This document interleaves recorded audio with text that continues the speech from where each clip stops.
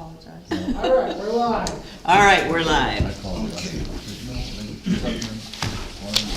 All right, I'd like to call to order the October 7th meeting of the Webster Planning Board. So, attendance first. John Jewett. Dean Lamprin. Teresa Fenimore. Rob Walensky. Susan Youngs. John Clark, Webster, Winslow. All right. All right, so do we have the Pillsbury Lake Village District? That's you, Yes, okay. ma'am. Thanks for having me. So I am Michael Malika. I am the current chairman of the Pillsbury Lake Village District Commission. And the reason I'm coming before you today is that over the course of the last couple of years while I have been in role, we have received various complaints of different residential matters, you know, vehicles without tags in the yard for years, or crowing roosters, or, I mean, you name it, you imagine. And the thing is that when Pillsbury Lake Village District was established, there was the PLM, which was the corporation, and I don't know, I'm not trying to be very exact specific about the structure, but there were things in the deeds of the properties there that restricted uses and whatnot. But the PLM then, as you know, was eventually dissolved. And so now Pillsbury Lake Village District sits as the only residential district in the town of Webster. And as I read through the zoning ordinances, right at the start, the ordinance provides for two districts, one which is Pillsbury Lake Village District, and then the rest of the town, which is residential agricultural.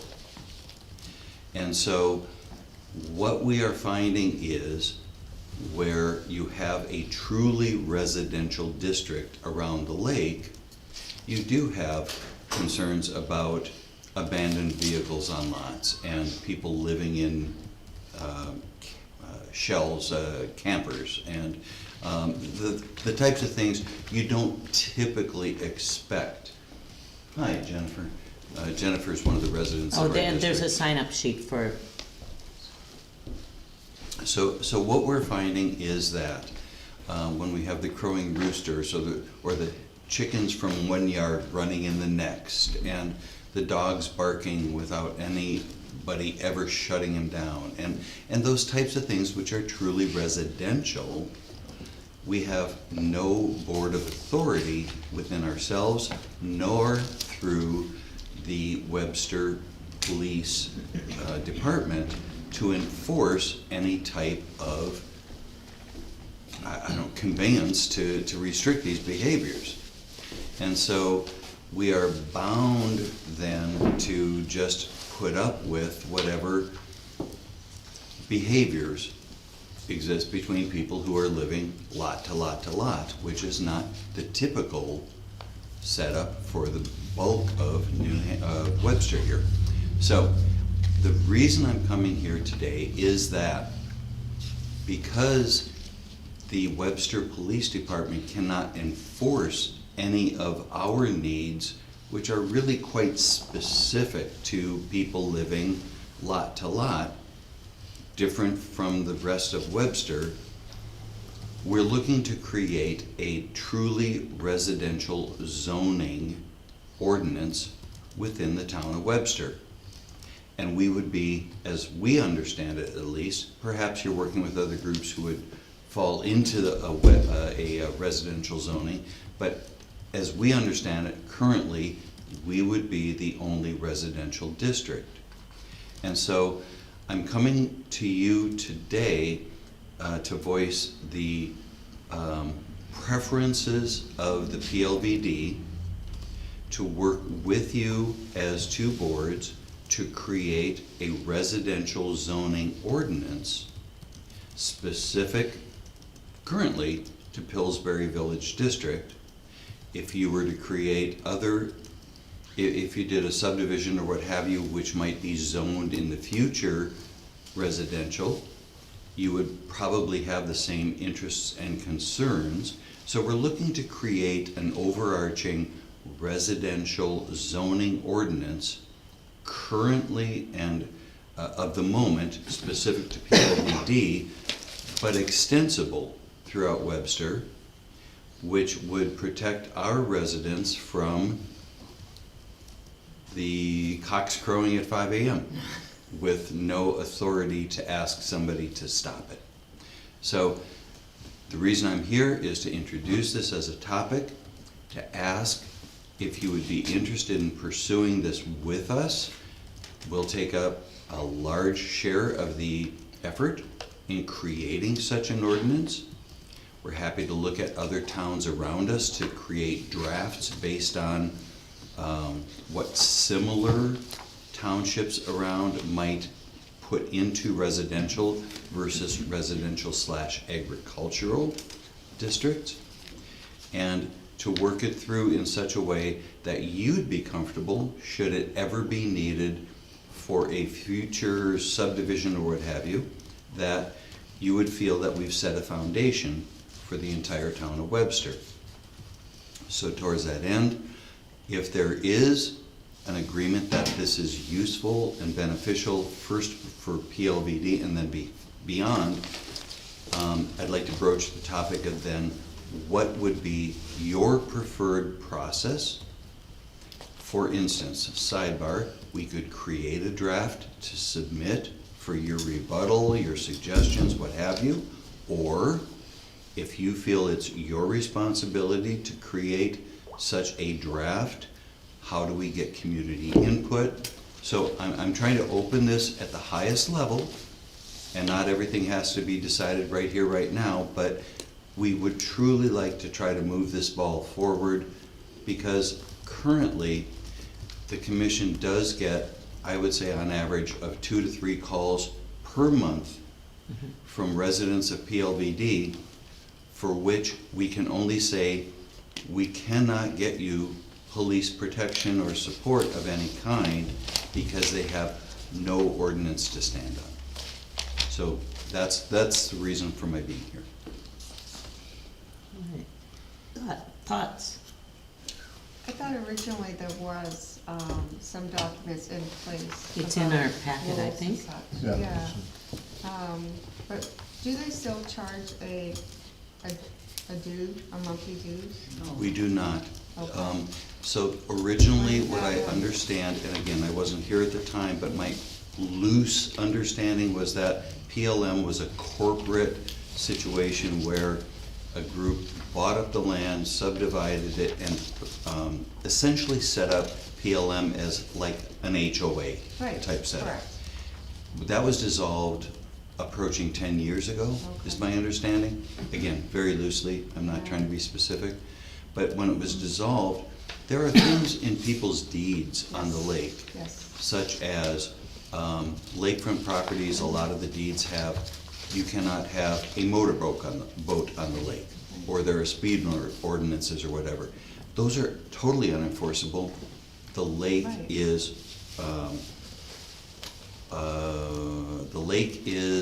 supervised by the state of New Hampshire, DES, and it's an unrestricted lake. So if somebody wants to take a jet ski out there, have at it. But your deed says it cannot. So those are unenforceable, they're expired, they're anachronistic of where we are today.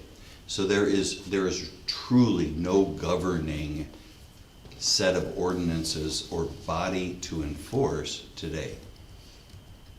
I have one question, it's probably more for legal counsel anyway, but can we impose restrictions on people that are already living there with deeds in place Yeah. and change that? I mean, that seems like that's an overreach at face value.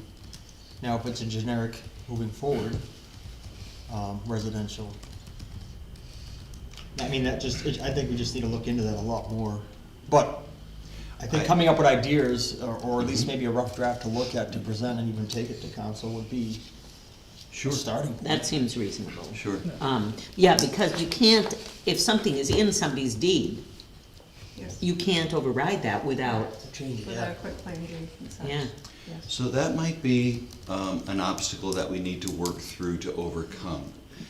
So, on the one hand, if those are there as restrictions that we need to be careful to properly and legally override, they are at the same time unenforceable.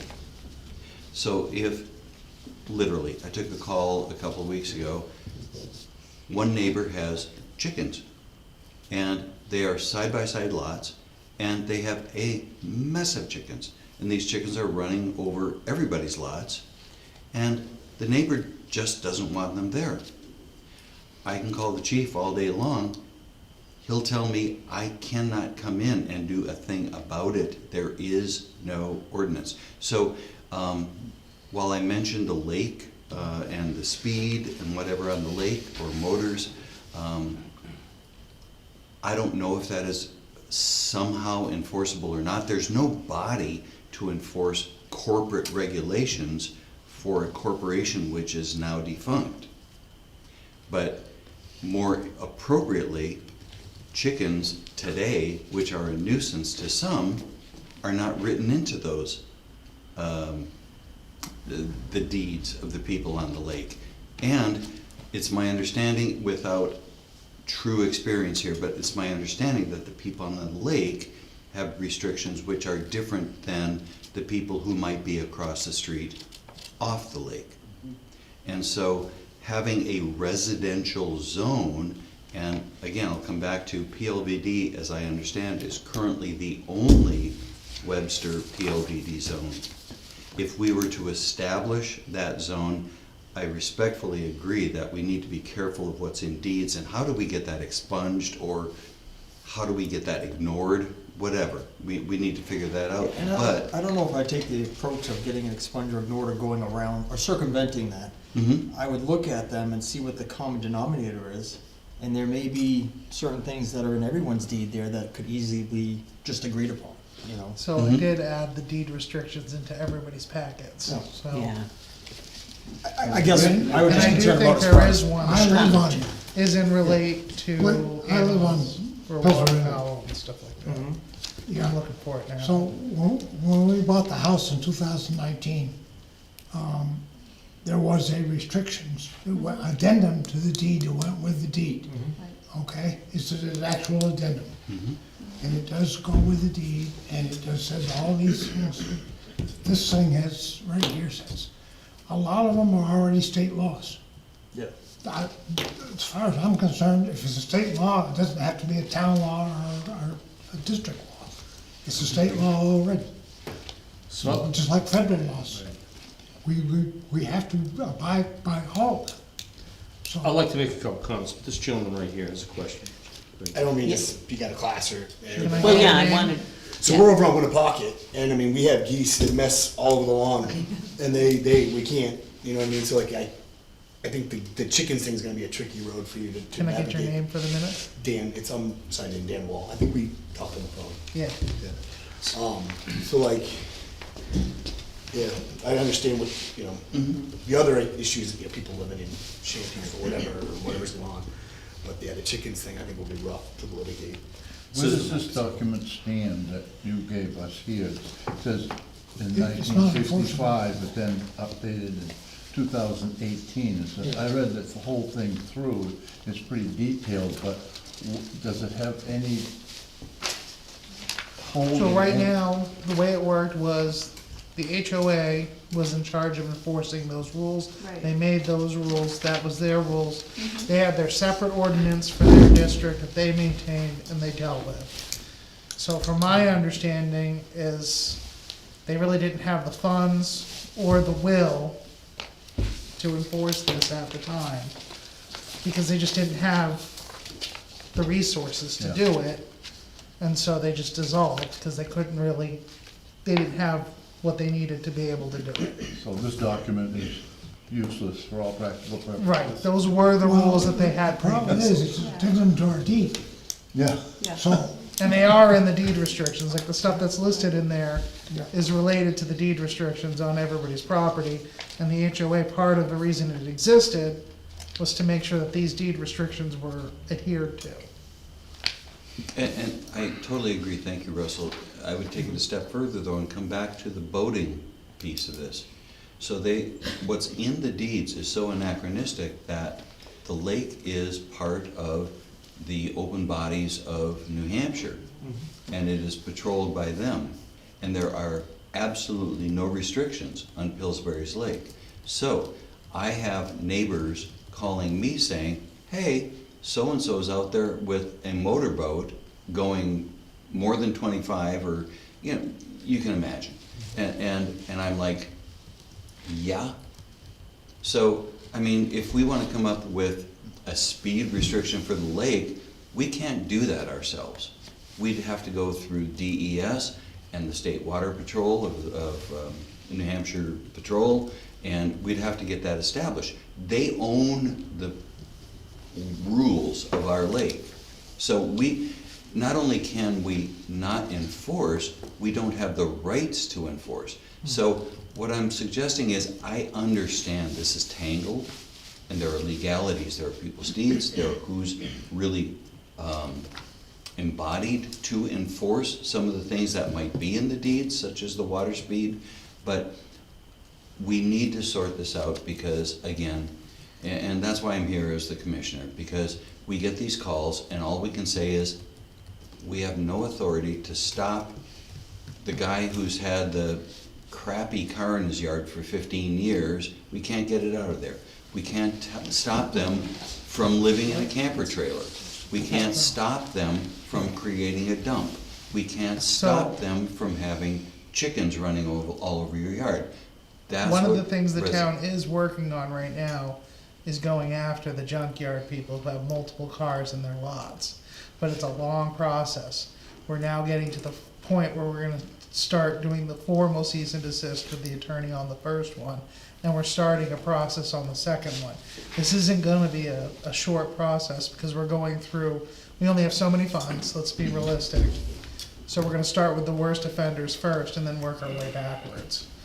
I appreciate that. Thank you, Russell. That's good fact. And, sorry, So- So there is a law already on the books. There is a state junkyard law. Okay. But then again, you have to reach a certain point for it to apply to the junkyard.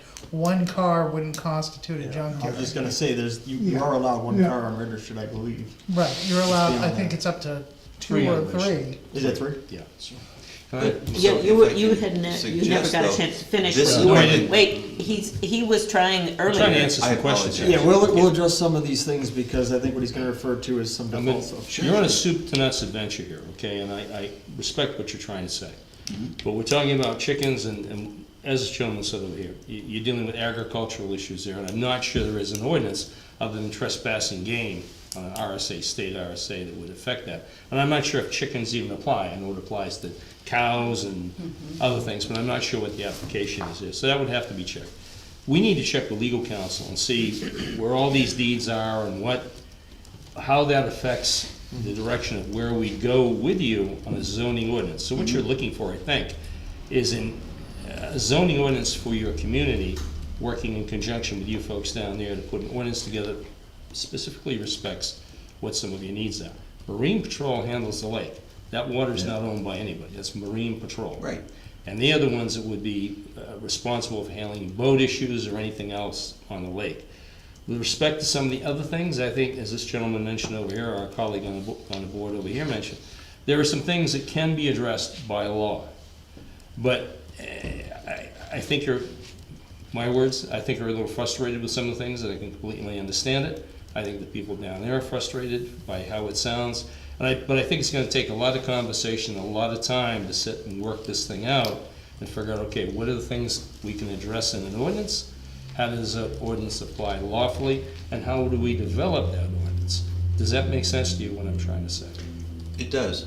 And if you don't mind, I'd like to refute part of what you just shared.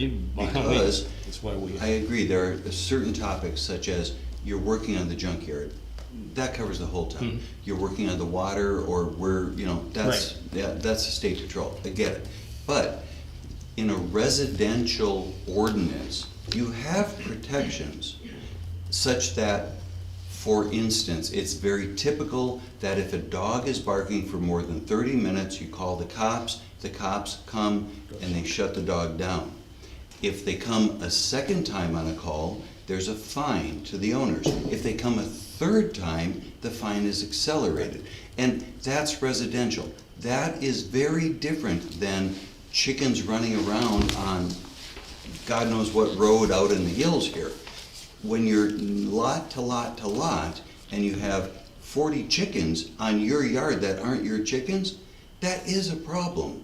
So I respectfully push back that, you know what, if this is a long process, I'm asking, let's make this day one of a long process, because we get calls from people in PLBD that if this was downtown Concord, it would never be tolerated because they have a residential zoning ordinance.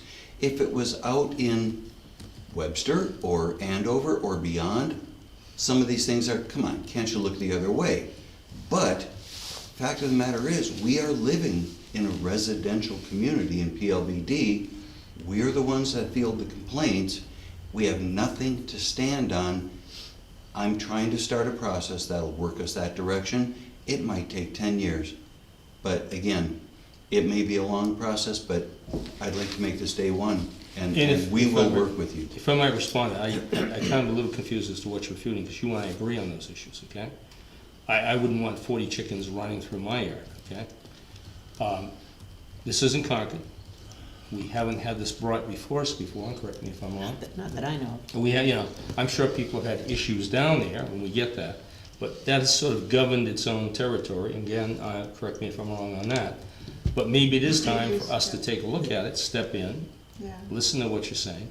Well, you know, but we need to check with legal counsel, see what we can do. Thank you. You know what I'm saying? So, I Yeah. mean, I'm not in disagreement with you, I'm just saying there's a lot of things there that we need to address. I know somebody that should be looking at this.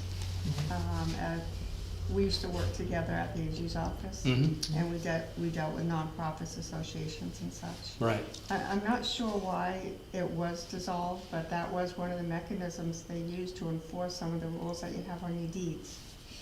So, Agreed. I think a conversation would be I guess, worthwhile. and part of me doesn't understand why, if somebody calls the police about a barking dog, why they have no right to call the neighbors and say that. I don't understand how, it's, Because there's nothing in the town ordinances that say an offending dog can be silenced or a person can be fined until they silence the dog. Well, it's a noise issue, that's a yeah, nuisance. I mean, if It's a I nuisance. I could call about our neighbors who have a loud dog, and I feel like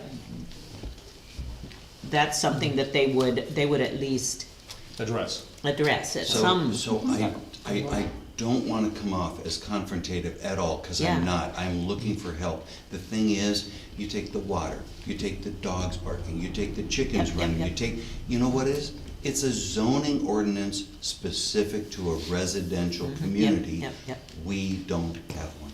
Yeah, Mike, and none of us are trying to push you I back and agree. say we I won't agree. look at this. I think this is the beginning of a longer process. Mhm. Unfortunately, by dissolving your mechanism to enforce it, Yeah.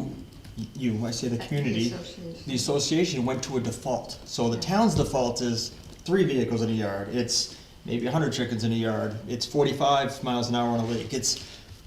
You just went to the defaults, unfortunately, without Right. doing that mechanism. Does that mean we just throw our hands up? No, we need to look at it, and there's probably something, but the only thing we can come back on is legally, what can we do?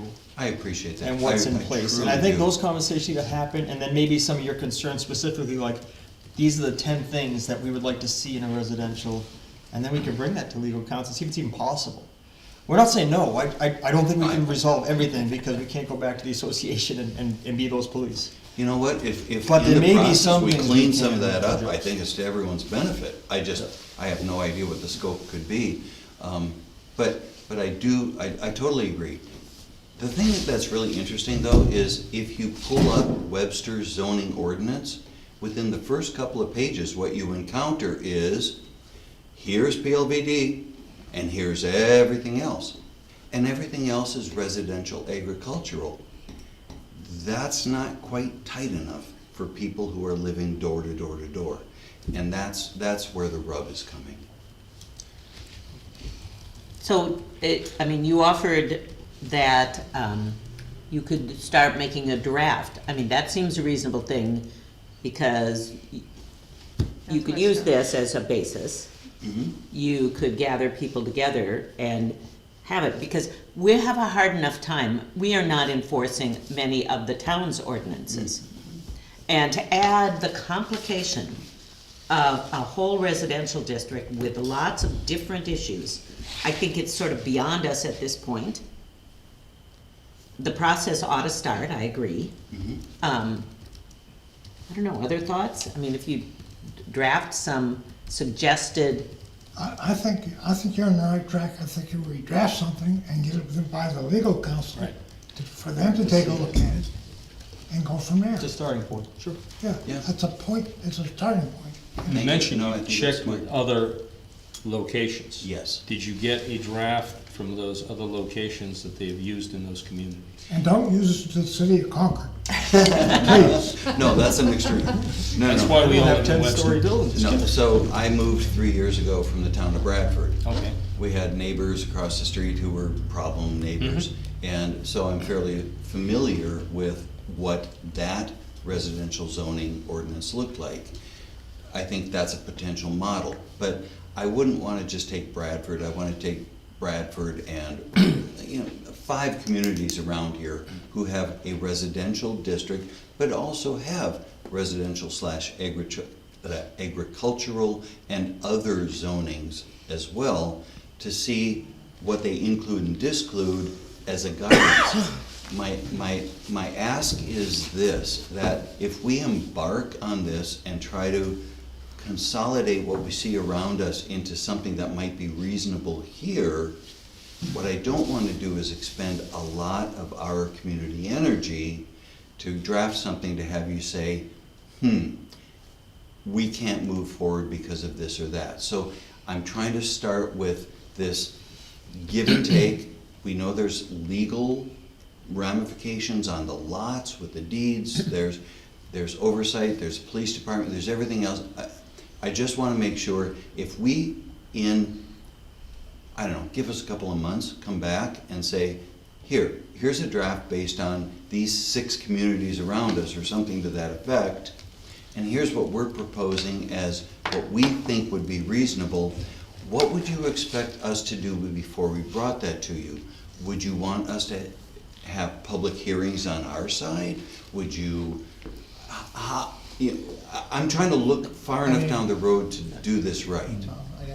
I think you would want to start by bringing people of your community together to sit down and discuss what they would want in that ordinance. Because realistically, how many people on the board live in Pillsbury Lake? I think we have one, I used to. two. So having this board really be able to measure down what is happening in Pillsbury Lake is not gonna be as practical as people who are in the district taking the time to create their own ordinance and then bring it as a group to suggest it to the board because of we're what you want. reasonable. And then they take a look at it, and then I would suggest you going back after the board picks it apart, maybe does some legal with it, and then hold public hearings in Pillsbury Lake to inform the public of the Sure. ordinance. Cause it would it would have to get by a full town vote, so that's gonna be another hurdle you're gonna have to deal with. It wouldn't just be a district vote, it'd be an entire community vote. So those are kind of the things, we'd have to get the district on board and then convince everybody else outside of the district that these rules don't apply to them. Cause I've been through several of these new wetlands and watershed ordinance just comes to mind in the back of my head. There'll be a lot of pushback on any new ordinance. It's just the way it works. There are always those people who don't want a new ordinance. Sure. So we would have to take at least a year to get some PR out to convince people that This is only. this is only Pillsbury Lake, and At the this people point. in Pillsbury Lake already support it. All we're saying to the rest of the town is don't vote it down so the Pillsbury Lake people can have the ordinance they want. So that's kind of the way you would have to move forward, and it wouldn't be a quick process. I don't think we could accomplish that this year, and we would be struggling to accomplish it next year. Yep. because we have to get everything drafted. We would have to get everything drafted if we were gonna do it for next year by November, in order to hold the public hearings to put it on the ballot. So that, with all these public hearings and community feedback, we'd probably spend all of next year drafting on the ordinance with the hope of maybe getting it on next year's ballot, with the realistic option of getting it on the year after that's ballot. So I just wanna Okay. have a realistic timeline with you. I think it's something that could be accomplished, it would just take time and effort.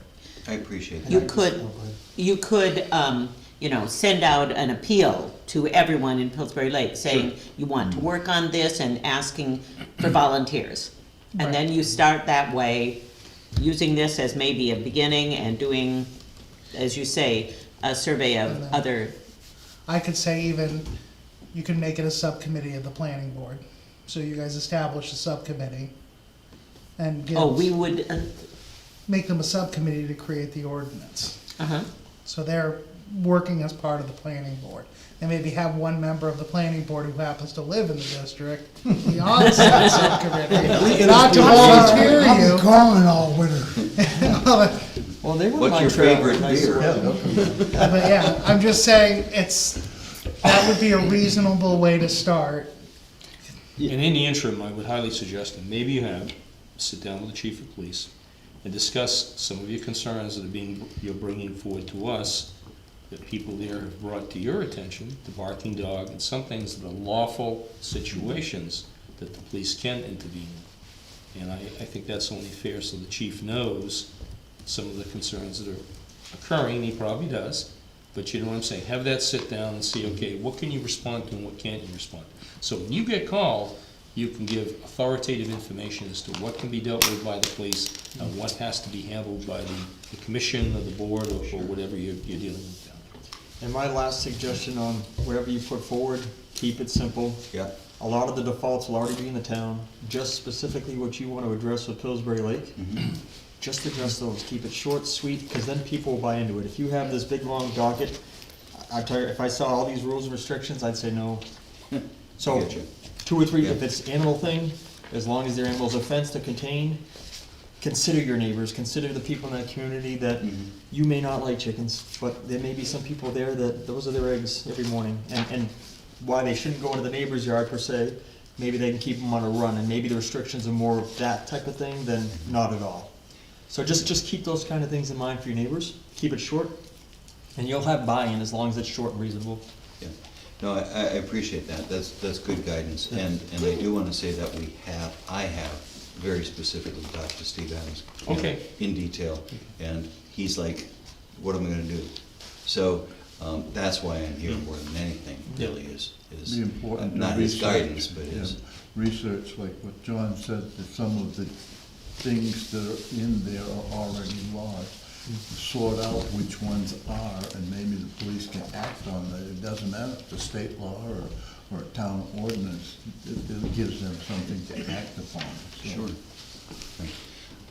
Thank you, I appreciate it. It is my intent to go back. We have been communicating this at every one of our monthly meetings for about 5 months, and we will accelerate the communication. We'll make sure the entire community is aware of our organization's process to put this in place. They should be. If they're not paying attention. I can't help that. But we will keep it simple. We will look at other towns around us. We will follow examples of what's fair and not fair for people living in proximity. And we'll try to bring something that seems just common sense. That's more than anything, I think, what we're after. I like chickens. The best way to do that, Roosters, I could do without the roosters. best way to do that, I think, is to send it to Russ so he can get it out to us before the meeting. Yeah. So if you get the draft out, if you can get it to me, I'll put this on the agenda for next meeting. If you can get it to me a week or two before the meeting, I usually send the packet out the Tuesday before the meeting. Well, you can do it Yeah, anytime. not they have it anytime, but ready. I just usually, I try to gather everything up, Yeah. put them up, and then give You you mean- guys a full week to digest it. we're not expecting Next month, right? but maybe the committee gets formed. Well, if they have a draft, we could work with it. Or if they want to establish who's gonna be on the committee for next month, then the board can set up the committee. with who the people are being nominated on. I don't know what time frame you're looking at here either. Oh, he said originally anything up to 10 years, so Yeah. I mean, Right, Yeah. well, I think we can, If it takes us a year to get there, I think it's gonna take about a year to get this I know done. that And was you know what? There's no way So around it. we can resolve ourselves to that. Yeah. I think as long as we're working within the public sphere and communicating what we're doing and keep garnering support and get more and more specific, and I do agree, we still have the legal issues of the deed and whatever else to figure out. That, I guess that would be my ask of the board, is over the course of the month or whatever, if you had a position to take to understand what's in the deeds and how they have to be adhered, or to what extent they can be ignored through a new ordinance, that would be helpful as guidance to us. You said you had a reference. I do, I have a reference for you, and I'm gonna reach out and have a conversation then. I have your email that I pulled off the website, I assume that that's correct, and Mhm. Susan Lawrence? Oh, that's another one of our Okay. commissioners. Should I have both of them on the communication? The simplest is to communicate through me and I'll spread Okay. it. Gotcha. All right? I appreciate all of your time Yeah. and your inputs. Okay, Can and if see you why need it's help been with draft frustrating. ordinances, I usually have a couple hanging around my office. Because it's something Why am I not regular surprised? research is Okay. these ordinances. All right, thank you, So- All right, everyone. thanks. Have a good evening. Thank you. Move to the next thing on the agenda. Are you here for anything in particular?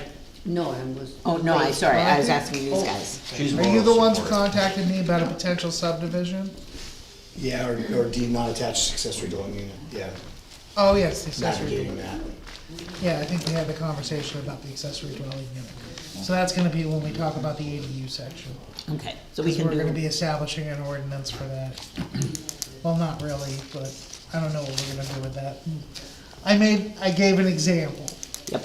All right, well, let's then follow the regular order. So CIP.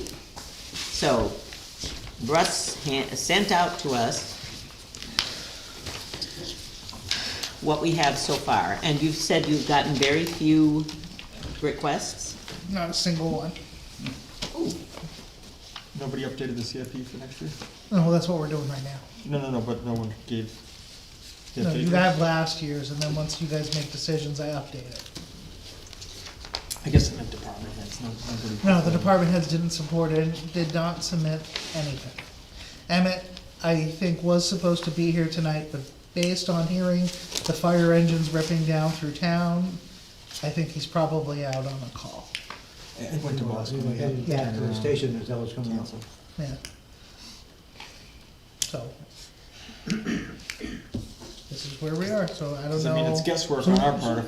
Well, I mean, it's guesswork on the road stuff. for us, But everything else is pretty much in the For us plan. new people, what does the planning board have to do with the CIP?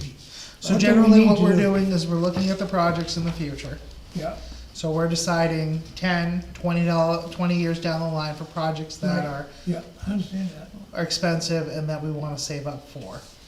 And then we take those projects and then we try to see if they fit the master plan, see if they're, set their priorities is one of the main objectives that we haven't been doing, that I've discussed with the finance people down in NHMA. So that's one of the topics that I'm gonna bring up this year, is we need to go through and prioritize all these projects. Basically, this is a long-term planning procedure. Yeah, So one of the things that we're gonna wanna discuss this year is the salt shed, because that's gonna be coming around the corner. yeah. And generally, I think one of the other bigger issues that's coming up right now is the vehicle replacement for the fire department. I don't think the funding is where it needs to be able to get us those engines that we need in 2029. And if we can't get the one in 2029, we wouldn't be able to get the one in, I think, when's the next one due? Which is why I created my summary. Guess I should have brought glasses. It is, Yeah, I'm sorry. It's tiny. It is tiny. Um, let's try to put all this data on one page. but to that, John, more in depth is the department head that Yeah, lives it, eats it, sleeps it, knows it, should be presenting this is what I wanna do in 5 years because of X, Y, Z. This is what it's gonna cost, and then we look at everything Yeah. else to. make And sure then we the can do board it. kind of makes suggestions of what we should fit in the trust funds to make these goals, which is what the longer spreadsheet's about that I gave you, because I kind of break down. My copy, there we go. Well, I might have to go steal the one from across, because my copy's missing. But it gives you the estimate of if we fund it at the level that I had put it in, or we did last year, where we're gonna be by the time we need to make the purchase, if you include all the other purchases we have to go to. So the top holds the project, and if you broke it down over simple math, you broke it by the number of years to get to that purchase. So, That was the what we results, need. the results are, we present this to the So- select board. What I'm gonna do at the next meeting, because we're gonna discuss the projects at this meeting, is I'm gonna bring up the list of requirements, and then we're gonna go through them and pick Okay. what we think we need to put the funding at to get us across the finish line. But that is the other reason I wanted to bring up a couple of my big concerns, as I don't think the fire apparatus or the emergency equipment apparatus one, and I think we've known this for a couple of years, because we did up it to 110,000 last year. We creeped it up a little bit. From 70 to 110. I think it needed to be like 130 to meet the fire truck requirement, but we're kind of hoping prices would go down, but I don't think that's gonna happen. There is a trend in the fire service, fire community, and, we can, things are only worth what people are willing to pay for them, correct? Correct. So if we're not willing to pay for it, it's not worth that price. Right, And now apparatus, a simple fire engine is $1 million, right. brand new, spec'd out the way we want it. Well, we had predicted 800,000 for the next one. If it's gonna be $1 million, You're it's gonna probably be $1 even million. bigger. If you're looking for brand new, and I'm trying to paint the picture well, the best, what we want, exactly how we want it, coming in the way we ordered it. There are used fire apparatuses out there. There are refurbished fire apparatuses out there. I know we did that to the ambulance ourselves to keep that Right. longer. In Hooksett, we got a used ladder truck, an 07 from Woodland, Texas, and we've had that for the last 12 years. We paid $250,000 for it. Ladder truck's about $1.5 to $2 million now. What's the piece of equipment they're looking at in 2029? What is the, just got new? So that's one of the tank, right? ladder trucks, I think, is what it is. Not a ladder, an engine. Engine. It's an engine? We don't have a What ladder is that, truck. what's the We don't function have- of that engine? So that's a primary tack piece Okay. and It's first motor vehicle unit out. accident, first thing out, Rescue on it, whole nine yards. rescue on Okay. it, ice rescue, I get you. all kinds of stuff. So those are important, and the two engines are important. And I think Dave had a question of why do we need two of them specifically? I know that argument's been made with the tankers, but the engines, it's usually a backup. And for most fire attack, there's a primary engine that goes to the door of the house. You pull hoses off it, you take the water off it, you put the fire out. That second engine from the road supports that operation.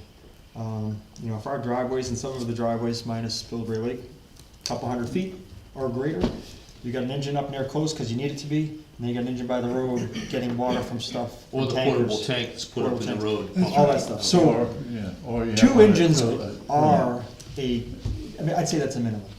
All I'm saying is, does it have to be the $1 million brand new one? No, Maybe not. I don't think that's the case either, but. So we keep have- upping it, we can't chase it fast enough. It's growing faster than we can put away Right. for, is what I'm trying to say. And I would agree with you on that. And I want Emmett's input on it, I don't want this to I be do mine. too. But I know other departments are starting to look at that because the price has gone from, let's put it into perspective. The 2005 E1 we got was 200 and change. The 2012 E1 we have sitting at the station was 308, 312. Now it's $1 million. So in the last 10, 11, 12 years, it didn't even, it quadrupled. I mean, it's outrageous how it's gone up. Astronomical. To a point where there's actually federal commissions looking into this to say that they're price gouging. Well, Because part of municipalities it is are new going- technology and all this. Well, yes too. and no. There's not as much new technology as you think. And I'll say that because they can't put it in there because it has to default to a standard. In fact, you can even order a truck without. How about radios? And the equipment's different. The engine itself is $1 million. That- You want to add the Oh, radios and okay. stuff, you're adding more. I'm sorry, yeah, It's like buying your Buick from the dealership. yeah. There's no accessories with it, it's what it comes with. I bought a $1 car million. like that once. So as we were discussing at board meeting last night, the flip side of We the, just gotta think of things different. flip side of the coin is, Or maybe. Webster is a growing community. It's a sleepy community, you don't see a lot of the people, but you see the homes. You look down 127, Yep. all the new homes and some of the developments, you know, people want compounds and whatnot, we get it. We've been supportive. Mhm. But there's a lot of people that are moving into our community, and there's a lot of services required.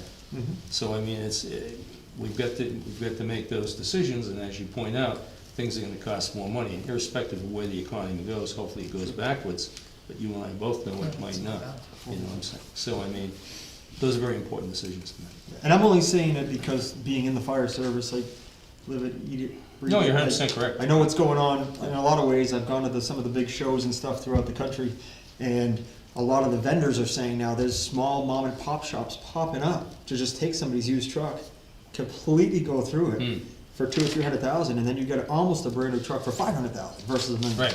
So They've been doing that for years with. they have, and they went away, but with now that the price, MRIs. they're coming back up. Yeah. But you know what I'm saying, it's a, We just gotta use the ambulance, we're getting used the ambulance from Hopkins Yeah. for that same purpose, so I just don't know that we, and I want Emmett's opinion more on it, but I would think he'd agree, because we did that with the ambulance, that And another thing. if that we I- could do it a better way or cheaper, we're gonna look at those things. Another thing I did is Emmett originally said it was gonna be $150,000 for a new forestry truck. So I found out that we can use the state contract bidding price Yep, for anything, and we can get an F-350 from the state contract for like $56,000. that's just truck, cab, chassis, correct? Correct, and I added an additional amount to it. Yeah, I brought it up to 70,000 because I figured we'd have to put some equipment in there as well to cover it, but I figured that's one way we can get some of these prices down, is why we have to go out to bid if it's over 10,000 anyway. But it's a great way for me to get a reference, because the state does all that work to getting many quotes. And if it's something I can quickly look at and get a fairly accurate price of what something's gonna be, I can put that into the CIP and help get those numbers to be a little bit more realistic. I did the same for the police cruisers as well, so that helps me get a more realistic price to go on it. And I think one of the other issues we're gonna be having going forward is all our police cruisers are 2021s. I think the chief brought it up at the meeting last time. And we're gonna be replacing one this year, but part of me says if we're replacing one this year that's already a 2021, and it's already got 100,000 miles, why don't the other ones are about in the same? they'd probably rotate and use one more. I think they do too, but we bought most of them all in the same year. We bought one the year after, but it wasn't used. It was just in 2021 from the previous year. So I would expect us to have to buy a police cruiser back to back at this point. So that's something we should consider this year as well, is that we've got enough to buy one cruiser, but I'm not sure what the chief's plan is if he's gonna continue to maintain that every 2-year rotation, or is he gonna be looking to buy another one next year? So that's another concern. And then my last concern with the CIP is a lot of stuff has to do with the town hall stuff. We still haven't replaced our server, and I think we're on the right track to do that this year. So hopefully we get that done, and then I pushed out the other server replacement by a year, so if we do it now, we can plan on the next server in 2031 instead of 2030, because I believe Dave was here last time I talked and said, I thought a server's lifespan was 7 years, and he said it's more like 5. So I'm putting it 5 years forward for that. So I adjusted that number. Same thing with the painting in the town office. We had 15,000 for that, and I figured, well, painting should last more than 5 years, but I thought it was 5 years, so I put it at 2031 as well for the next time we're gonna do it. The kitchen renovation project's coming up this year in 2026, which we might have to put off, because one of the things I'm looking at in this right now, when I look at the CRF, it's not funded for this year for the town hall, but it's only got $2,000. And my understanding was the money for painting the town hall was already sitting in that CRF. And there's no money in it, so I'm wondering what happened to that money, because it's supposed to be there for that project, and it's not in there. Same thing with the $15,000 that was supposed to be going, or the $7,000 that was supposed to be going to do the town hall kitchen renovation should have been in there too. And I know we haven't funded it for this year, so it's probably the 7,000 for the kitchen renovation, because we don't fund it until the end of the year. But where's the painting money? That's my question, where's the painting money? Gotta look at that. Because if it's not there, then we're gonna have a problem next year when we go to paint town hall, because we won't have the money that we saved for it. So that's kind of an issue. Let me look at the account. So is there a withdrawal from that line from somewhere over the year? I think we probably used it on various other things, on maintenance lines. I would have to look back and see what our motions for the trustees of the trust funds were, because we are the agents to expend, or the select board's the agents. Oh, you to left your expend. stuff. I did. So that's one of my other I hadn't made concerns. it to the car yet. Well, so the only, and I know we talked about it before, I thought, as far as putting the budgets, current budgets, or balances, not budgets. I have the balances of the trust funds right here. Oh, you do? I have them right here. So if anybody wants to look at it, I can pass them along, but I can tell you what the balances are if you just ask me. Yeah, I mean, a couple of them would just look nice to see. Because the big balances that we're looking at is the road preservation, and I can't remember, it's the road maintenance, there's one for that. I'd have to look at that. And we have the police equipment, or the police vehicle fund is one of the big ones. Technology, town hall CRF, and bridge and culverts is one of our big ones that we look at too. Oh, it's highway and road CR is the other one we look at for F. And then we're gonna have the other issue, which is the salt shed. So I think Dave has a plan, since we got 100% reimbursed for Clothespin Bridge, and we don't have any bridge project for a long ways away. Because I think the next bridge is the one between Boscawen and Webster, I think is the last bridge we have. And that would be a cost share on that one. And that's a cost share, but that one's still in good condition, and that's our oldest bridge. So we're in a good spot with that trust fund. And since we're getting all that money back at the end of the year, I think the select board is gonna discuss putting a lot of those funds into the salt shed fund for constructing the salt shed up there to help reduce the cost of that. So we should expect that soon, but we're still waiting for numbers on how much the salt shed is gonna cost. So that's another project that's coming up, and that's not the only project up there either, because as John Clark mentions, we really need to start adding things into the CIP plan for, say, if we're gonna build a highway building up there, we should start discussing that now and figuring out a basic rough estimate of what we think that's gonna cost, and put that in the CIP so we can start some really long-term planning. Meaning you want something consistent. If you're gonna build something, you want it to have consistency as to how you build it out, if that makes sense. Now, that's been one of several discussions with the select board, with Emmett and other folks that have come into those meetings to have that. Yeah, and there's a couple other things I don't know when the last time the roof on Town Hall was replaced, or when it would need to be replaced, that's not in the CIP. There's a couple things that I think really need to be looked at and be added. Just like I'm adding the furnace, I mean, we just replaced our furnace, but we're gonna need another furnace probably in 30 or 40 years. And that should go in there, so we're aware of it, and it's something that's on our mind, so we're not lamb-basted the next time it fails on us. So those are the kind of things that we really want to discuss and put in the CIP. This is kind of like, on a minimum, we plan 10 years out, but we can plan out as far as we can think of what we're gonna need for resources. And if we can get these projects in there, then at least the boards are keeping them up to date in their mind as we go forward yearly of where we are and what funds we have available. Yeah, and I think no different than hazard mitigation and all that stuff, when we Right. start looking ahead of future, even just opening the door and putting a dollar amount, like $1, Correct. and creating that line to start thinking about it at least is, important. It is on the radar. But as far as the salt shed goes, is there any cost sharing or anything that DES is willing to help us with, because we're moving it away from the water source? So if we had that point and that happened with DES, we have to move it. It would be very similar to what's going on in Hopkinton, Yes, Let's- where they're gonna come in and tell us we have to do it now, and you're gonna have to take out a bond to do it. yes. So right now, DES hasn't said anything, so we're trying to do it before DES says But something. there would be a cost share with DES? There would not be a cost share. No, they're just make us do it. They just make us do it. Yeah, the salt shed project needs to happen within the next year.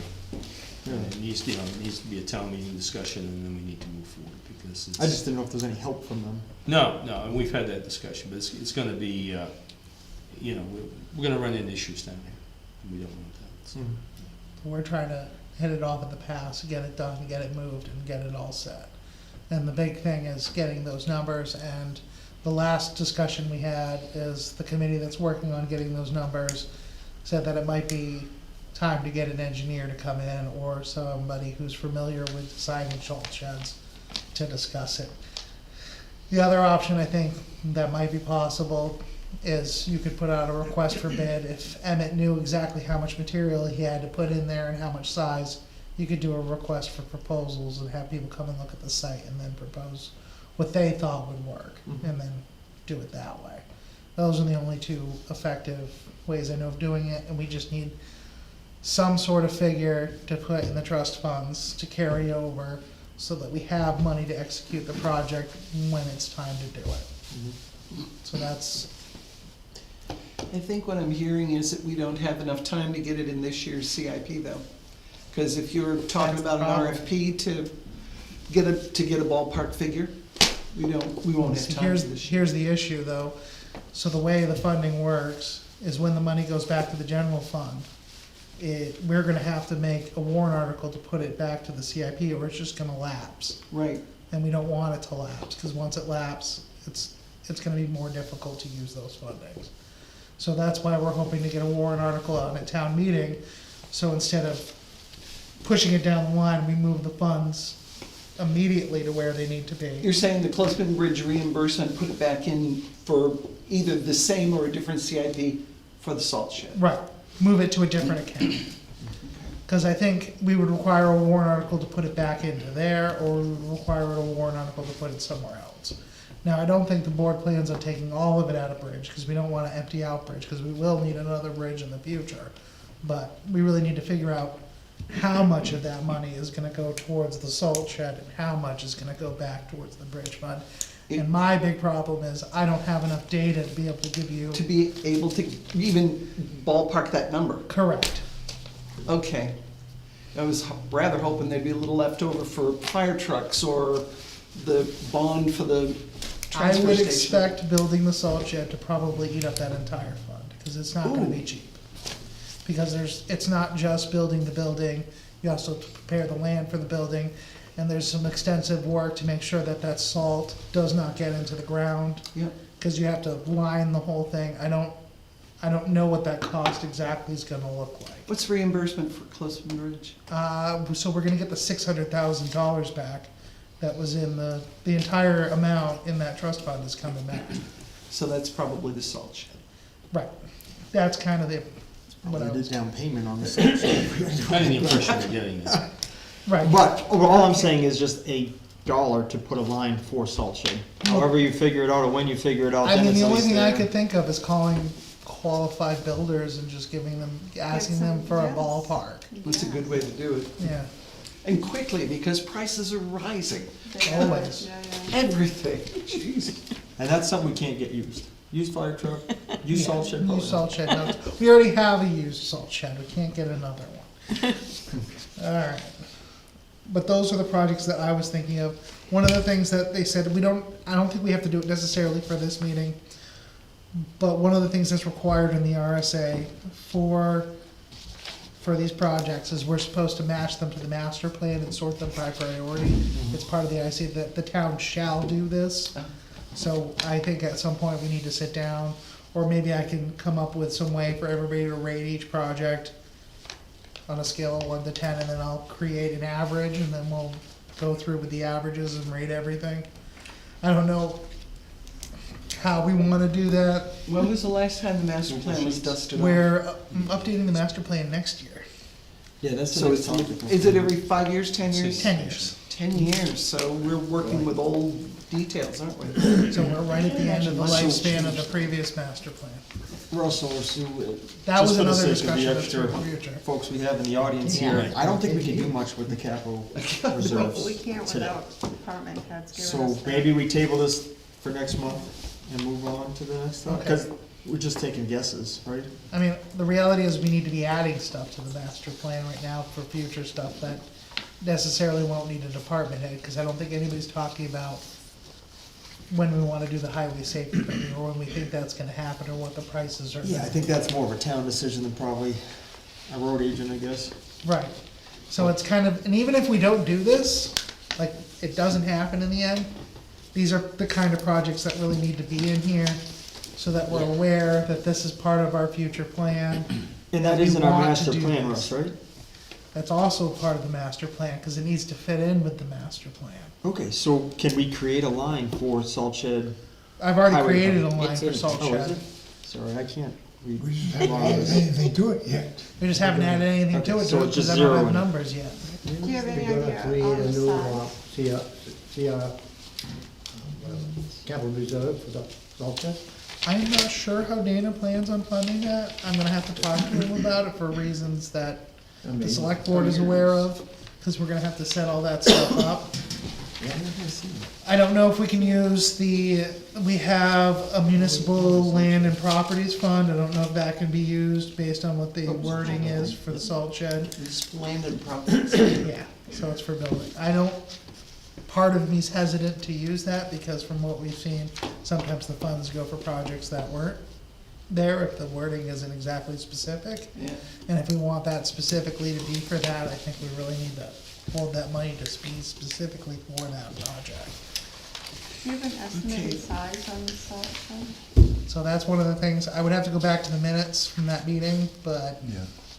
I think Emmett was looking at 5 bays. That last month? Really, 5?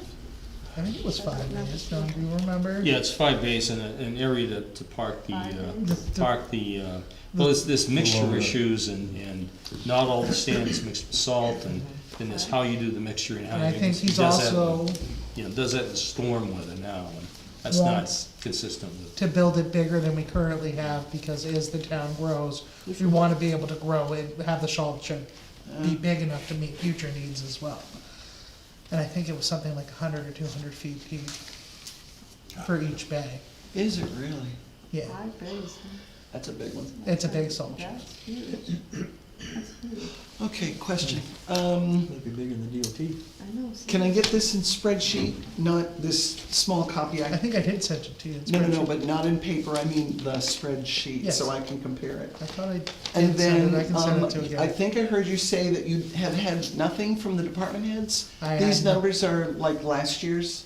So we have last year's numbers, and we're supposed to be picking what we wanna put in the trust funds for this year's, what our recommendations are for going into the trust funds. Okay, and then third, I'd like a copy of the reserve balances that we currently have, You so I can can take mine? compare it to year. Well, email it to me, Yeah, so I can play with it. Okay, Can you Yeah, send cause that to one's myself, Dana's too? spreadsheet, 'Cause- it's not mine. I can't see, the numbers are Yeah. here, but I can't see what we currently have to say what we ought to be adding is this amount. Right. And then I would also wanna get you what the end of year balances are expected to be as well, because That would be more helpful. because it hasn't been funded. Actually, I would have to talk to Dana to see which ones, if any of them have been funded already, cause some of them might have already been funded. So, like a column on the spreadsheet that says projected by year Yeah, that's what I'm gonna go end? with, yeah, Okay, that'd be perfect, thank you. all right, All right, we move on. correct. Okay, accessory dwelling units.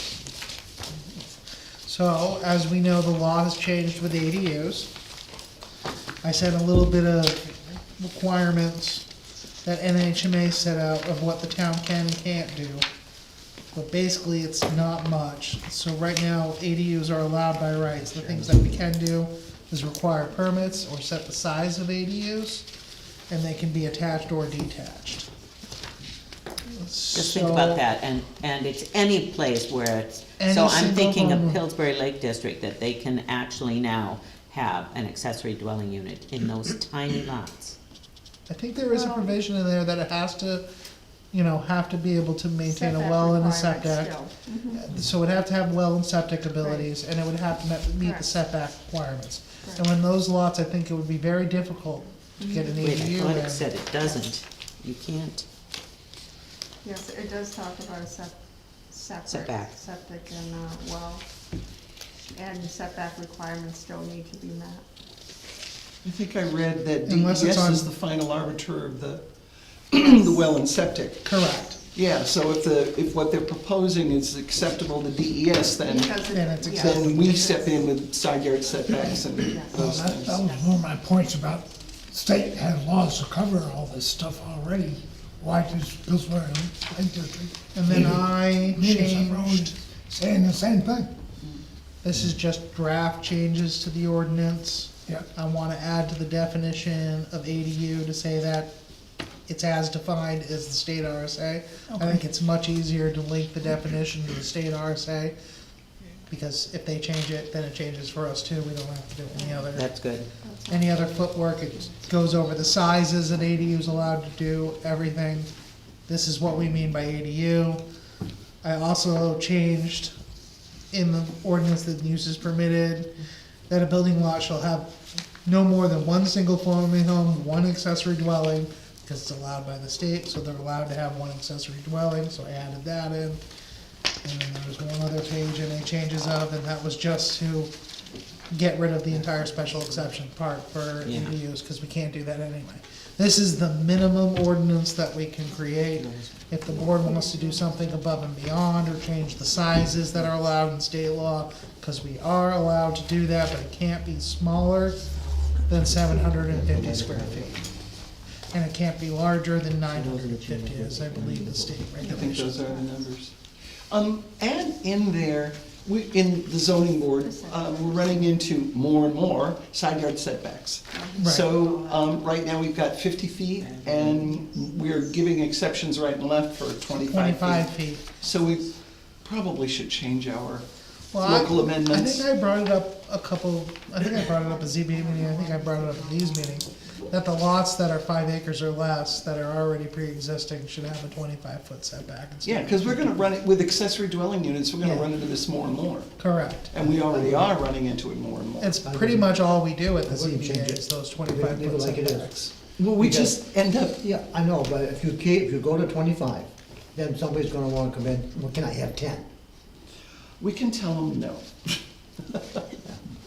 Just my opinion. I know. Leave it at So, 50 and you do Do we your, want, But that's the most common thing we see in zoning, is do that. we wanna side deal yard with their setbacks. issue? Well, they're as a here to part listen of- to the ADU Oh, discussion. okay. Yeah, and I have just a couple questions about these, you know, you're limiting, are you limiting the size of how big it can be, or how big it has to be?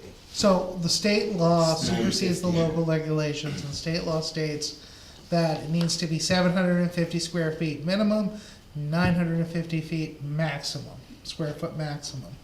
Our ordinance currently right now says that it needs to be 750 square feet or less, which means that anybody building an ADU currently needs to build it exactly 750 square feet, and there is no leeway, so that's it, 750 square feet, Unless we change it. unless we change it. Cause that's where, in our situation, there's 5 acres of land, there's 164 feet up on the lake road, we don't have the road frontage to subdivide to have a separate lot up there.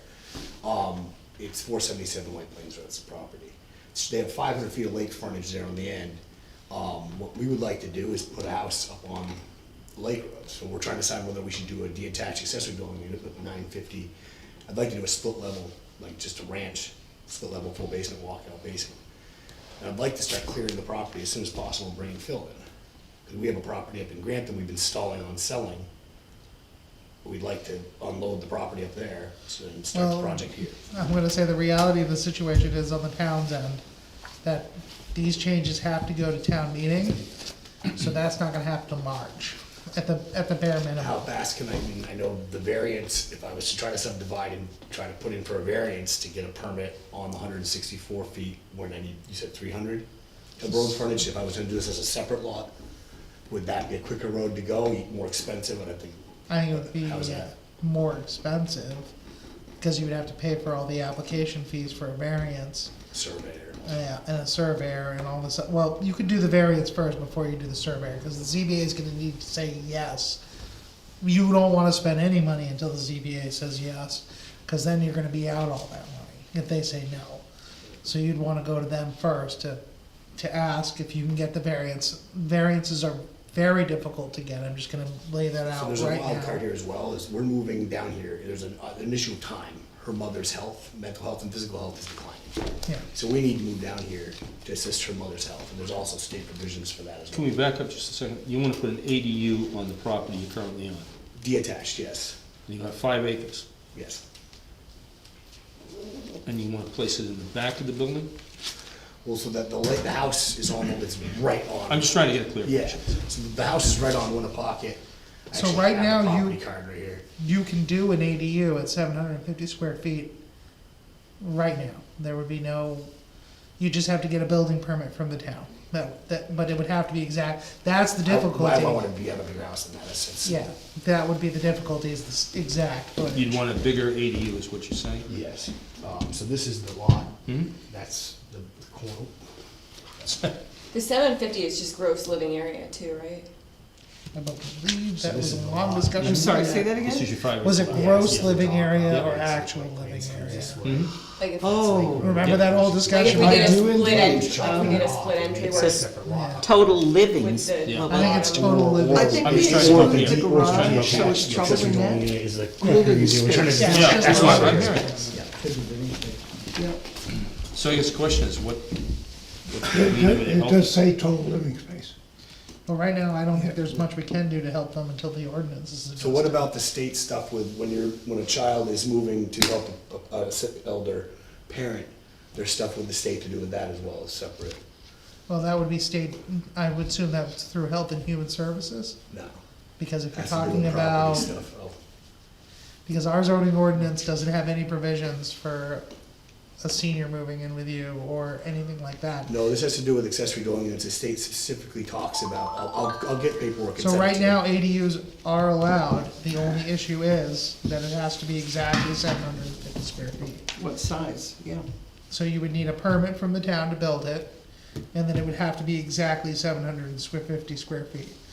And it would have to meet the current setback requirements, and you'd have to be able to have it So supported by setback from the road. water, which would be up on the lake road, right? Right, so the setback from the lake for the town is concerned is 50 feet. Setback for the state, anything within 200 feet of the lake is the protected shoreland, and you gotta go through DES for that, because the town won't approve any permit unless DES approves that And so shoreland. that's where permit. so the real, I'm friends with some real estate issues and stuff. Yeah. Like he was saying that with the elder parent and the Lake Shoreline Protection Act thing, there's some stuff to do with accessory dwelling in it, and I'll get you the stuff.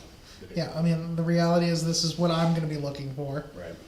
is that if you're gonna submit an accessory dwelling, it needs to be that exact 750 square feet right now, until the ordinance is changed. It needs to be exactly 750 square feet. You're gonna need to have that shoreline permit, and it's gonna need to be supported with a well and a septic. Cause those are the things that are required in the law and our ordinance, and it needs to meet the setback requirements. And Does if you can Webster meet have all those zoning? things, then you should be able to get the permit, no problem. Does Webster have zoning if I start clearing up there and bringing fill in? Do I have to have a permit for that? So if you wanna clear your land, you don't need a permit to cut down trees. How about bringing in fill? Fill, that's a little bit dicier. I don't think so, but I would have to double check, because as long as you're not building a structure. Right.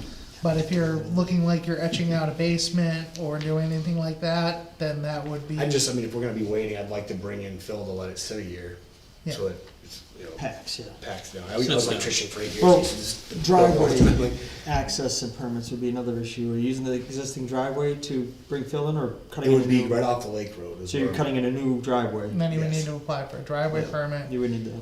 and the requirement for a driveway permit is you're only allowed one cut per 250 square feet. So in order to have two driveways, you need 500 feet of frontage.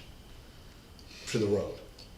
For one, well, so the White Plains, the lake house is off of White Plains Road, the driveway. It'd be- So it's 500 road frontage total. So it doesn't matter if it's on two different roads. I think there is some regulations in there for a corner cut, if that's what you're doing. I haven't seen your lot. She's got a right of way for a driveway through her brother's property now, off of White Plains. There's the actual house, the lake house has zero access to like White Plains Road other than a right of way. Right, And up on the lake road, it's 164.9 feet. yeah. So it sounds like we can do a shared driveway, that's also a possibility. So I could just come in the back and connect to the lake house. Correct, because we could do a shared driveway as long as you were using the same entrance, you could etch it in and use the same entrance. But what I need. But that, you would also need a permit to do the shared driveway, because the planning board has to approve shared driveways. That one doesn't cost anything though, so that, Cause I mean, this is. That's like just a put the 2-year application in process, and so then I'm they'll just gonna discuss throw it. money at a lawyer and go about it a different Yeah. way. So I don't know, we're I gonna guess, need to figure this out. I guess you need to think how you wanna do it and facilitate with Russ and With us. me. How to facilitate with Russ, how to move it forward and bring it to the board. I mean, the other thing But I can is. start cutting up there if I want to.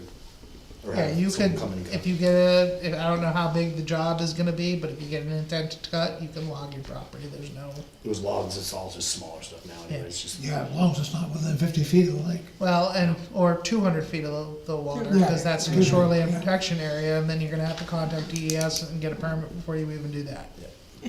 Cause you can't cut around the lake if it's, yeah, protected shoreline. Alright. So I think you need to contact DES, Yes, and you I- need to do that yesterday, because a lot of this stuff is gonna be contingent on DES approval. sounds good. And that's probably where some of that variance you would talk about as far as an in-law on that would be approved by them, or acceptable Well- by them to do that stuff. ADUs are now allowed by right, so if he can. But he was saying because it's a lake house specifically. Maybe they would. There was some more language in there, which, but Yeah, that's but that's homework he's not gotta gonna- get. Yeah, we've got That's- plenty of distance from the lake to the property up there, it's almost 450, 500 feet, so. we should- Listening to the ADA issue, you're speaking about a senior citizen, jump on it, you know what I'm saying? Yeah. You should get a lot of work in. And we are discussing it as far as looking at the new law requirements, that's what we're talking about tonight, as far as 750 is in place. We're looking at, the state made it 950, what's appropriate, what, To me, I feel like it's the easiest way is that we just make our ordinance match the state law and then, the same hoops will still be the same hoops, it's just we're only talking about requirements and size, that's all we're, Okay. everything still has to go through the same process. Yep, makes sense. That's for a town meeting, right? it will. Yeah, any of And the then adjustments that's have the to go. other kicker is if town meeting votes it down, where are we at that point? Because state law allows it, so. Well, they supersede. Correct. Because that's what I was told also, is if things are held up for too long, Right. what are you gonna do if I just start doing it? You know, like, what happens if someone's like, hey, the state says I can do this, and it's being held up? Yeah, I mean, we're not gonna hold you up as long as it's the 750 square feet. The only thing that'll hold you up there is, if it's larger than that, then you would probably have to go to the zoning board, have an application with the zoning board, say, hey, the law's this is what's in your regulations. I know you guys granted somebody, cause they did, about 3 months ago, on the same reason they said, the 750 square feet is unreasonable to make somebody do exactly 750 It's square small. feet. Well, it's not even that it's small, it's just it's highly impractical to say What it if has you're to off be. just here? If you're down off by an inch, it's not allowed. Right. That's just not practical, you need a reasonable range of space to make an ADU. So you would have a very high chance of getting a larger one approved by the ZBA, because they've already granted one. So if you went to the ZBA, you would probably get that. But once again, it's all contingent on New Hampshire DES. You have to get that DES permit because it's on the lake. There's no way around that. Okay. Excellent, thank you. Yeah, does that answer all your questions? Do you For have? now, yeah. And I'm if you sure I'll got have a more ton more questions, you after can I always do it. call me. And if you wanna Environmental put that services. ZBA application in, just let me know and we'll get you on the meeting for next month and then we'll do it. All right? Appreciate you guys. Have a Yeah, great no, night. good luck. Thank you. It's complicated. Ah,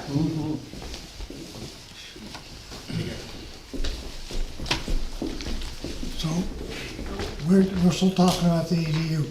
Correct, so I basically just drafted this one up, it still needs to go see the attorney because we Is this always the wanna one where pass it you're- before the attorney before we put it on the ballot. But my basic principle was to say if we were gonna do the bare minimum to change the ordinance, Exactly. to make it match Agree with state that. law and let the state law dictate how large it's gonna be and what the requirements are, and our ordinance just follows the state law. so, I do. There are some other restrictions NMHMA suggests that you can do, they're in here. One of them is if you want it to be smaller and small stuff like that. But it's ultimately up to the board on how you wanna move forward with it. so in other words, all we have to do is get rid of all the stuff. I mean, to do the least required would be to get, as you've crossed out all the ADU Correct. stuff, and you've just basically said, It's allowable. it's allowable according to The the state law. RSA. All right. And that's up to the board if you wanna do it that way, but then we're gonna have to hold a public hearing for it and do the whole thing. So my next step is, if this is the way the board wants to move forward, I would submit this to the town attorney to look at it for language or stuff that I'm not an attorney, that I'm not Yeah. aware of. For example, how the ordinance interacts with other parts in the regulations or state law, or he would make suggestions on language that just is more legally binding. The only thing I just saw out of the gate was, the definition of accessory dwelling unit.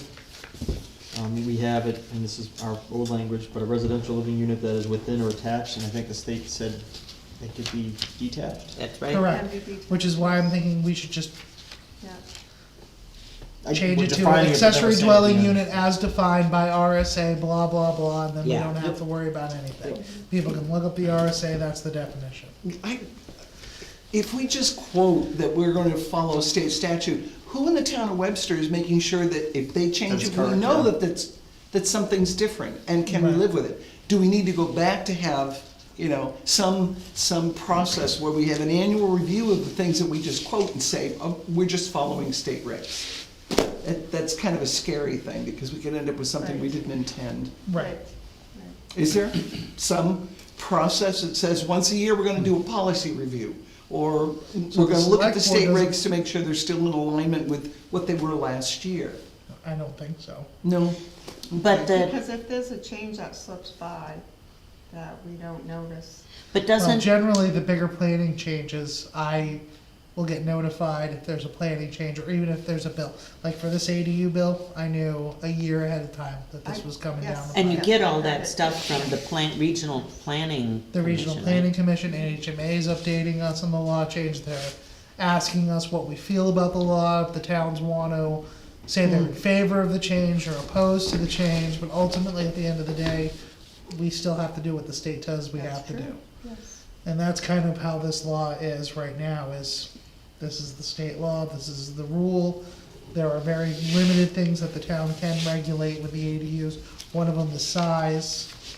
Well, I think you just explained how many different checks and balances you've got, so that you know that some change is coming. Yeah, so That's, Well, doesn't this have to go before town meeting? Correct. Yeah. Okay, there's your notification right there. well, no, we need a lot more notification before we get to town meeting. Right.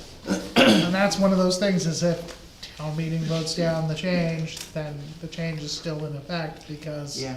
For, Well, it's actually worse to vote down the change, because then we're not in compliance with state law, which means state laws. Well, I don't think we have a choice, it's a state law, Yeah. and it's not 950, like you Supersedes. said. How do we vote down the state law? we just explained it that way. We don't and I have think the it's fine. authority to vote down state law. Well- I mean, you know? They do allow you to regulate the size, so if I hear what Barbara's saying, you don't want the state to change the size again. Right. And then we have to go through this again to say we want it to stay smaller. We want it to stay at 750 to 950, that's the range. If the state says it expands it up to 1,000 feet, 1,000 feet. or 1,100, they expand the law. But we can't still restrict it lower than 750. You would be happier if it was in place that it was 750 to 950. That way it's locked in at that range, unless the state blows that range up. The problem is, you've got so many properties up north that are being advanced on, for lack of a better term. I mean, you drive up to the North Country this weekend, you can't move. You know what I'm saying? Really? It's just, Leaf the peepers? traffic, well, yeah, but every weekend, Barbara. I mean, it's just, it's amazing how the population, the out-of-state, my term, out-of-state population has increased. And it's, it's, when was the last time, back at 20 years ago, you saw a traffic jam in Concord on a Saturday morning? Now look at it, anywhere between 10 and 1 o'clock on a Saturday morning in Concord northbound, Every single weekend. every single weekend. I mean, it's an emergency hazard to get fire trucks through, there's so many things. But I think some of that legislation is coming out of the North Country, where people want to expand because they either want to rent it, or they wanna have family members there, or when they're up there, they need more space. Does that make sense to you? Yeah, no, I was thinking how many new houses are coming down Deer Meadow or Yeah. Blackwater Road when you get on the other side of the county line. Look right out here. I know, I Yeah. just, it's all coming this way. Yep. It has been my whole life, Yep. I should Yes. say, but And yeah. that's why I think we need to be, Addie, I think, speaks to this quite well. I'm not adversarial to minimizing, acres of land that people buy on, but I think we need to be very cautious as to how we manage that. Yes. Well, that's the other reason I wanna make sure that this change happens, is because I wanna make sure it's clear in the ordinance that you need a building permit to do an ADU. Because we have enough time tracking these things as it is. And now that they're attached, sometimes people build ADUs in their houses, and we don't know about it, because it's in the house. And Yeah. if they didn't change the outside structure and they just changed their basement around, there's no way to tell until I get a phone call from an assessing firm saying, there's an ADU here. Yeah, Is that approved by the town? And then I'll be like, well, no, do you know which house it is, and, who's there? And they're like, oh, we never said anything to you. And it's all on Right. the inside, and I have no record of it, and I said, this has actually happened. And then I sent the voicemail to the attorney, I'm like, what can we do about this? And he's like, not much, just tell the assessors to put it on the property card, and then they'll get taxed for it. And then if they don't say it, and then if they say it doesn't exist, well, then they have to allow the town in to come and look at it to prove that it doesn't exist. But our assessors refuse to put it on the property card because they don't have what's on the state RSA for the DRA for a practical reason to add it to their card to dispute it, if that makes sense, because there's conflicting RSAs of what you can and can't do as far as the DRA is concerned with the assessment of people's property. Did we get the zoning enforcement officer? Not yet, that's a whole other problem. Could we send an enforcement officer out there to check? So, once again, we can't go in their house, Mm. and there's no visual proof from the ADU on the outside. And two, now they're allowed by right. So it's allowed now. Okay. So I think you're saying that we should make a motion to accept the ADU the state has and just put in our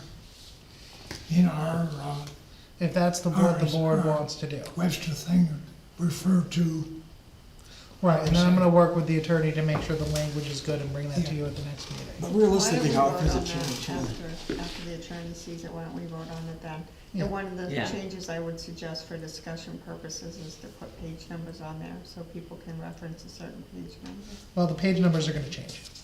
True story, however, still for Yeah. discussion purposes, yeah. So all the No, I mean- numbers are gonna change in the ordinance, this is gonna be a large update, because when we get rid of one whole section of special exceptions, I have to renumber everything, it's gonna That's be, true, yeah. it's not a small process to do it one. All right, so we wait till we get the, So yeah, so this is the direction you wanna move in, is Yes. keeping it more towards what the state says. what the state says. Okay, It's if just- that's the direction, then I'll bring it to the Is that attorney. okay and with I'll have him everybody? work on the So, language. this right here was ours, and the stuff that's in red is what the state, or refers to the state? Well, no, that's just changes I made to make it compliant with the current regulations. And this is me Yes. just creating a draft for you to look at, so you have an idea of what needs to be I changed. guess, but this was already in place, these, Yeah, those regulations were already in place Yes. for ADU. And now those are the regulations that are going away because the state changed it. this section number 5. Yes, that whole section's going away. And then some things like that changes, this bit. Yeah, where it's allowed by right under uses permitted. So I added it into that section. Yeah. It's this whole section on page I 11 think that's it's kind good of, minutes, that's all. Yeah. Cause that's the special exception. that's no I just want a longer- minute to look through it and see if there's anything important. This has nothing to do with us, so. Bye, guys. You'll, Good night. you'll email it to me? I will email you everything I have. Have a good night, good seeing you. Bye. drive careful. Not all the way. Waiting for Rob to, So, I was just, We can work on the minutes too. if we wanna approve oh, the that's minutes. true. does every ADU require a separate well and separate septic? So I would say no if there is town water and sewer. if the sewer is, say, zoned for 6 bedrooms, and they only have 2 in the primary, but the The sewer addition area. keeps it in line with what it's designed for, then DES can approve that. Right. So that's one of the things that I'm gonna have to ask for when they request the ADU permit for building permit, is I have to check the sewer. Yes. To make sure the septic, I'm gonna say you're gonna need to show Well, my me. next question is, who's going to go out and confirm that that is the truth that we're being told? Well, they would have to have an approved plan from New Hampshire DES. Okay. So if they show me their septic document that's an approved plan for a 5-bedroom septic Okay. on a 2-bedroom I get you. house, then it's easy enough to see. Correct.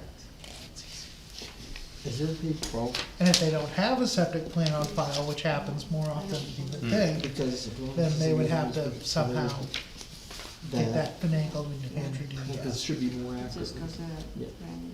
Was there more, Russell, after the? Well, yeah, these are just excerpts from the pages that made the changes. So you're looking at the ordinance, Got you. Yeah. those are the only things that changed, so there are other pages, but Yep. they aren't affected.